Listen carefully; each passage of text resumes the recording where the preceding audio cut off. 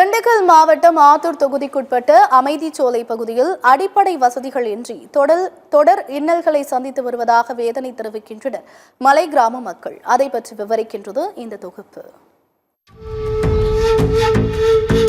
திண்டுக்கல் மாவட்டத்தில் அமைந்துள்ளது பன்றிமலை ஊராட்சி. இந்த ஊராட்சி ஊரக வளர்ச்சித்துறை அமைச்சர் ஐ பெரியசாமியின் சொந்த தொகுதியான ஆத்தூர் தொகுதிக்கு உட்பட்டது. இந்த ஊராட்சியில் அமைதிச்சோலை என்னும் பகுதியில் சுமார் 70க்கும் மேற்பட்ட குடும்பங்கள் பல வருடங்களாக வசித்து வருகின்றன. இவர்கள் விவசாயம் மற்றும் விவசாய கூலி தொழிலாளர்களாக வாழ்ந்து வருகின்றனர். இப்பகுதிகள் அரசால் வழங்கப்படும் அடிப்படை வசதிகளான குடிநீர், மின்சாரம், கழிவுநீர் வாய்க்கால் வசதி மற்றும் குடியிருப்பு பகுதிகளில் அமைக்கப்படும் சாலைகள் என எதுவும் இல்லாமல் உள்ளதாக குற்றச்சாட்டை தெரிவிக்கின்றனர் அப்பகுதி மக்கள்.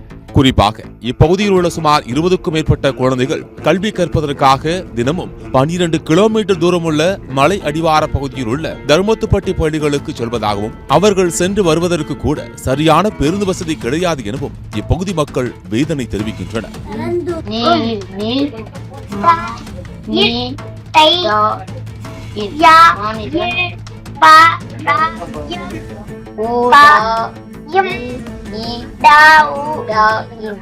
இப்பகுதி மக்கள் நமது செய்தியாளரிடம் தொடர்ந்து தாங்கள் சந்தித்து வரும் இன்னல்கள் குறித்து கூறும்போது, தங்களது பகுதியில் உள்ள மக்கள் பலருக்கு அரசு வழங்கியுள்ள அடையாள அட்டை, ரேஷன் கார்டு உள்ளிட்ட எந்த ஒரு அடையாள அட்டையும் இல்லை எனவும், ரேஷன் கார்டு வைத்துள்ளவர்கள் கூட பொருட்கள் வாங்க வேண்டும் என்றால் பன்றிமலை பகுதிக்கு சென்றுதான் அரிசி உள்ளிட்ட பொருட்கள் வாங்கி வர வேண்டும் எனவும் தெரிவித்த அப்பகுதி மக்கள் தொடர்ந்து கூறுகையில், 32 பிள்ளைகள் இருக்கு. பால்வாடி பிள்ளைகளே 15 பிள்ளைகளுக்கு மேல இருக்கு. ஆனா நாங்க இங்க இருந்து பால்வாடி எங்களுக்கு அழகுமடை சொல்லியிருக்காங்க.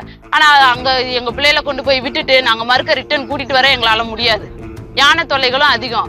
எந்த ஒரு வசதியுமே கிடையாது. எங்களுக்கு ரேஷன் போகணும்னா அழகுமடை இல்லாட்டி பன்றிமலைங்க சார். அதே மாட்ட ஒரு பொருள் வாங்கணும்னா கூட இங்க இருந்து தர்மத்துப்பட்டி தான் போவோம். பஸ் விட்டுட்டோம்னா அந்த வசதியும் கிடையாது. அது சொந்த வண்டிகளை வச்சு ஏதோ அவசரத்துக்கு போய்கிட்டாத்தே. எந்த ஒரு அடிப்படை வசதியுமே கிடையாது. கரண்ட் இல்ல, தண்ணி இல்ல, பட்டா கிடையாது. கேட்டா ரெடிமேட் ஃபாரஸ்ட்பா, உங்களுக்கு நாங்க கொடுக்க முடியாதுன்னு சொல்லிட்டாலும் கூட ஒரு மனசோட போயிருவோம் சார். ஆனா இந்த தந்துடுறோம், அந்த தந்துடுறோம், இந்த ஒரு மாசத்துக்குள்ள உங்களுக்கு எல்லாம் ரெடி பண்ணிடுவோம், நீங்க வந்து மனு கொடுங்க. ஆனா நாங்க கலெக்டர் ஆபீஸ்ல 1000 மனு கொடுத்துருக்கோம் சார். எங்களை யாருமே பார்க்க மாட்டேன்றாங்க.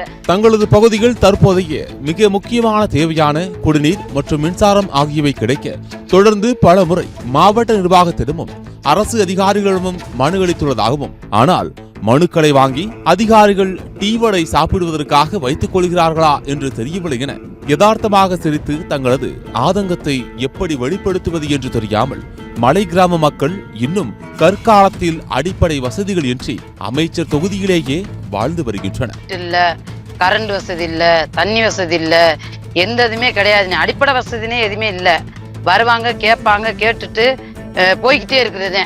யானை, மானு தொல்லைகள், குரங்கு தொல்லைகள், எல்லா தொல்லைகளையும் அனுபவிச்சு இருக்கா. ஆனா இருந்தாலும் கரண்ட் வசதி எல்லாம் இல்லாதனால ரொம்ப கஷ்டமா இருக்கு. அது இருந்தா கூட ஒண்ணு வந்தா தெரியும். தண்ணியும் கரண்டும் மட்டும் முக்கியமா எங்களுக்கு தேவைப்படுது.